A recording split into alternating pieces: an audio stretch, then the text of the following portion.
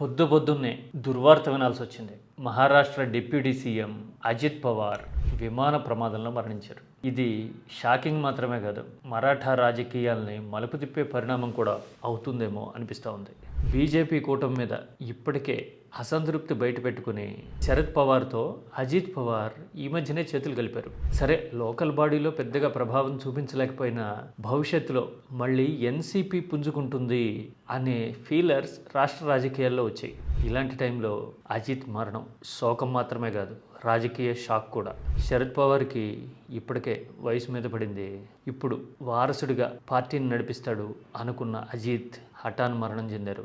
ఇక సుప్రియా సూలే ఎంతవరకు ఎన్సీపీని నడపగలుగుతారు అనేది we have to wait and watch. కొన్ని విషాదాలు శోకాన్ని, షాక్ని మిగిల్చడమే కాదు, రాజకీయాలను కూడా శాసిస్తాయేమో కదా. మీరే ఉంటారు? రాజకీయాలను తీవ్రంగా ప్రభావితం చేసిన విమాన ప్రమాదం కానీ, హెలికాప్టర్ ప్రమాదం కానీ ఏది అంటే మీరేం చెప్తారు?